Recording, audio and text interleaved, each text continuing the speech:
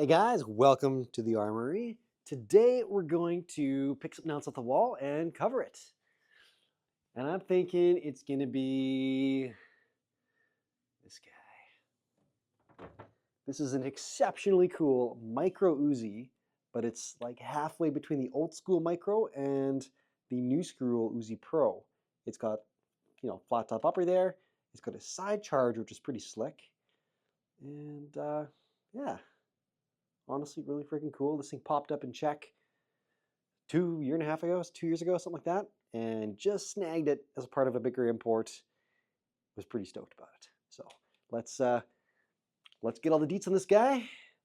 First things first, we'll head over to the scale. All right, 2.3 kilograms, 5.1 pounds, and that's unloaded with a 29-round magazine. Hoorah! And the flat top upper.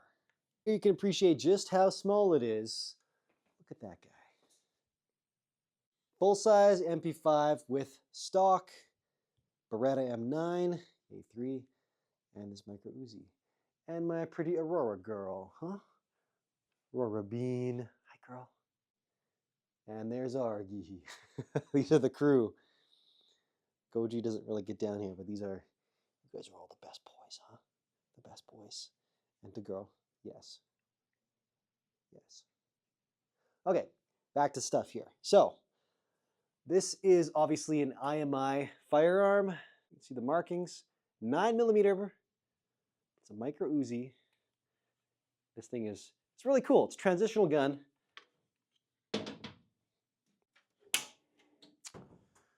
And yeah, just what can we say about her here? It's very cool. Check out the B channel. We'll do a disassembly on there. You can see me pull it apart real quick, but we are clear. It does fire from a closed bolt.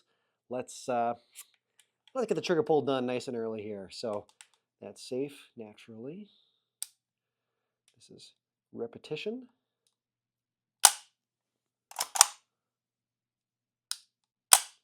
You got a pretty good pull, and then it kind of wants to break in there. Here's the disconnect. Take up, and there's a little bit of creep, and then it bites. Kind of feels like it feels like an old mil-spec AR trigger, a little bit. Then it's kind of kludgy coming through. Anyways, then that feels the same. Check out the disassembly video and I'll show you what's going on underneath here with the striker and such. It's pretty cool. And come to think of it, I should do a separate video comparing this to an open bolt like one of these guys. We got the mini Uzis, the full-size Uzis. So we'll go through those. Those are all firing from the open bolt. Though I may have found a mention of a mini Uzi that fires from the closed bolt, which we may have on the channel sometime in the new, maybe later this year, we'll see.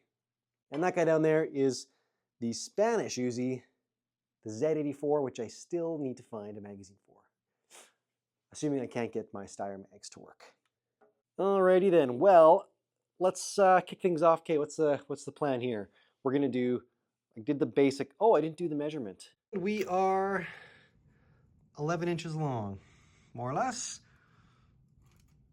Sweet. The 29-round magazine, we are, and the top rail, about 9.5 inches. Okay, now that we've post-edited that in, there's controls, ergonomics, the secret sauce, and maybe a little bit of ASMR. Question of the day is, would you take the micro Uzi with the side charger or the top guy? Because I mean, this guy's a little bit more, you gotta kind of AK it to do it, if you're lefty, whereas the top guy, give me a second. We have one. So it's always nice to have an example. So as you can see, we're clear, no mag.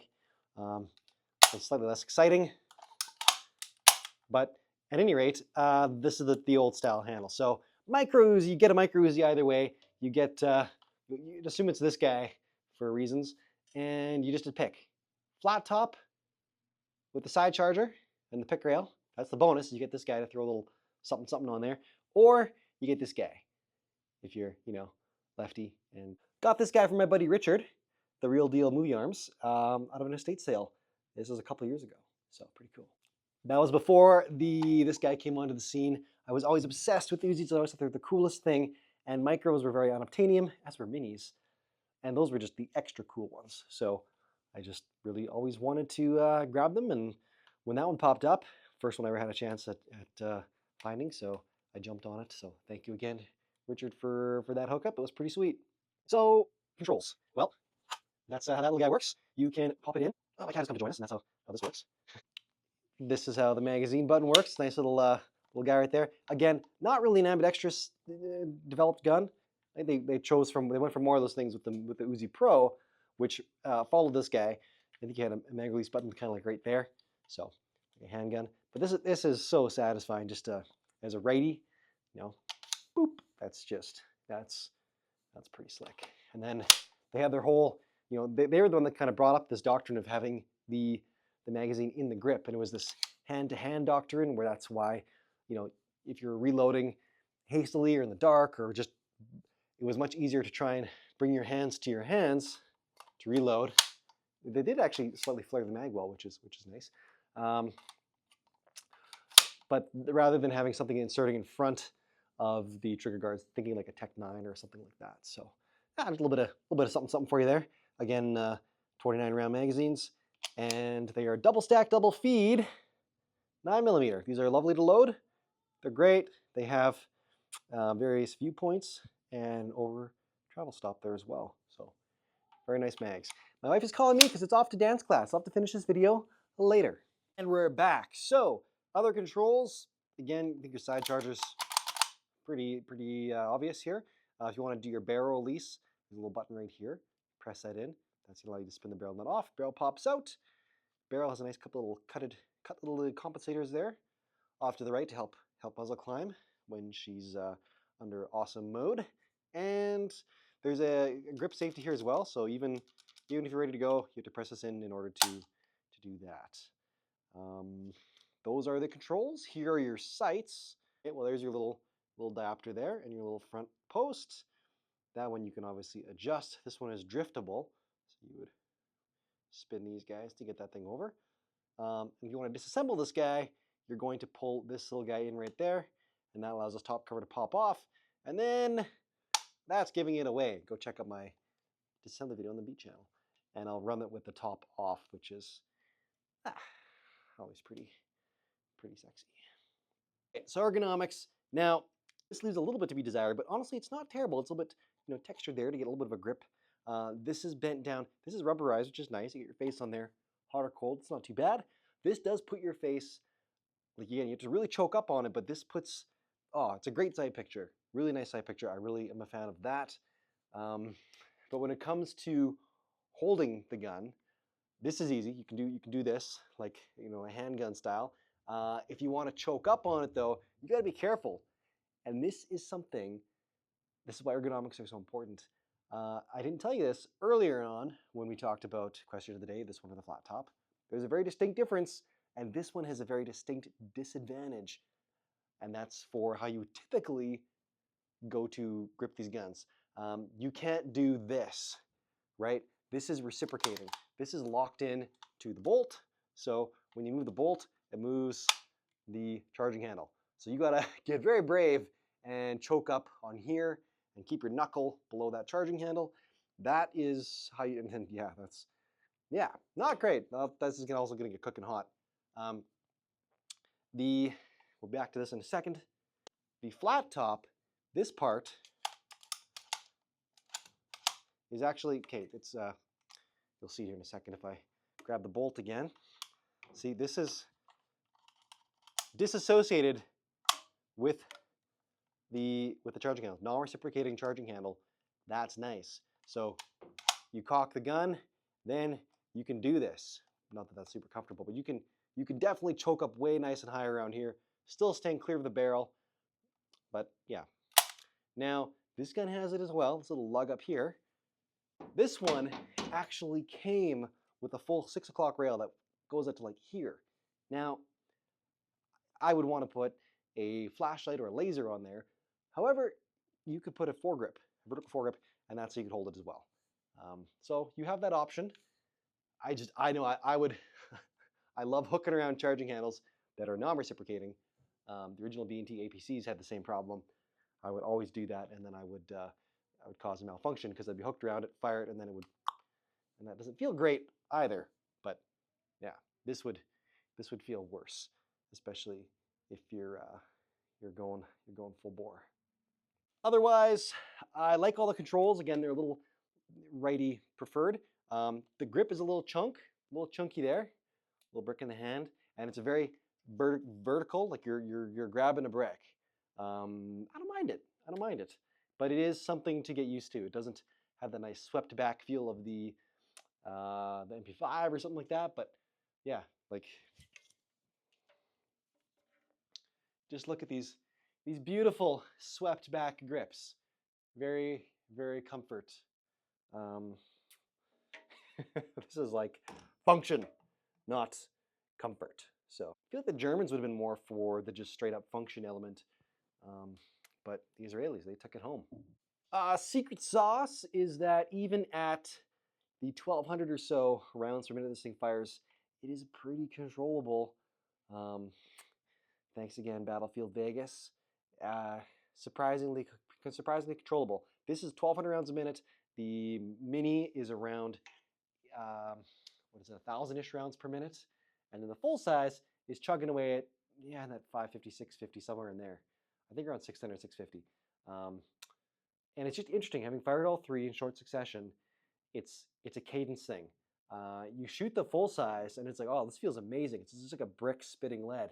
And then you go to the Mini, and it's like, whoa, it's like a hornet's nest, but it still feels really controllable. It's whatever the cadence is, it feels good. And then you have this thing, and it's like a hornet's nest, but they're all on like cocaine or something. They're really firing it, and it's like hell in a handbasket, but it's still, you hold on to it. I don't know. It still fits in your hand. It feels great. I don't know. Something about it. It's wild, but it's a short ride, but it's a fun one, and it doesn't feel crazy. It doesn't feel like how I would expect the Max to feel. So the little spicy 380, that's like 1,500 rounds a minute. So anyways, food for thought, but yeah, pretty spicy. That's the secret sauce, is how they get that much firepower to such a small package. It's so small. It's so small, and it's so sexy. ASMR is, I don't know. Like this, I think it's okay. It's under the hood. That's what the ASMR is. I'm saving it for the disassembly video. That's what the ASMR is seeing this run with the top off. So you got to go see it there. Secondary ASMR is the side charger. That feels pretty cool, especially awesome mode. Just goes back and forth. Oh, and this guy right here. I don't know, something about this button on Uzis. I've always just. And what did I forget anything? I think that's all the bases. I think I've covered all the bases with this little guy. It is very cool. Oh, yeah. Question of the day, my answer. I'd have to think about that a little bit. I might actually consider going with the top charger. This is actually more of an ambidextrous friendly gun because you could leave the selector on because this is your pseudo safety right here, which is ambi if you use it as the only safety. And this way you can just, boop, boop. And then just knowing me, because I could train around this, but I like getting up here and getting high and tight, and I have to figure out how to want to hold this gun, but I feel like I'd want to be somewhere up around somewhere.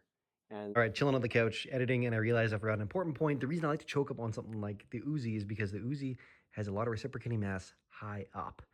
The grip is fairly lightweight and it's low, so you've got a very big leverage point of mass up here going back and forth, and your hand just wants to do this. So if you can get your other hand up there, that's really going to naturally help fight that the physics that's going on with the Uzi. And that's why I'd want to grab it up there rather than just cupping my other primary hand like a handgun. I feel like this charging handle just wouldn't work well for me. As a collector or as just a guy who wants to look at something sexy, I think this looks cooler. I love side chargers, especially on the proper side. That as a right-hander just feels amazing. If this was non-reciprocating, oh heck yeah, I would loop around there. That'd be how I would do it. Gives you a nice positive anchoring spot.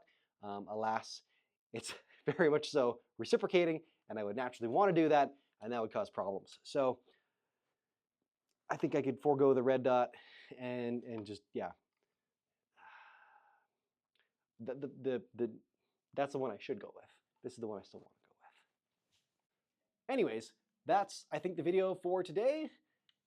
Join us next time. I'm not sure if we're going to stick down the sub gun train. Maybe we'll touch on the mini Uzis.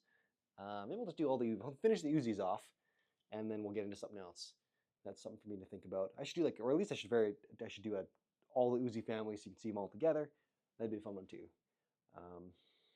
Someone requested the M60. That is a big boy. We'll have to get the peg out here at some point too. Pretty cool system. That's actually still relevant today. That's now the E6, the Danes, U.S. Ordnance. Pretty cool stuff. But anyways, for another time. Yeah, we'll show up another day, do another video. But these things have a very special place in my heart. They're so cool. They're so small. And with that, I plug my merch at Bunker Branding. Thank you again for those guys sticking with me despite my hiatus. And Patreon or Bunker Branding with merch for support. Get your Boom Diggity merch.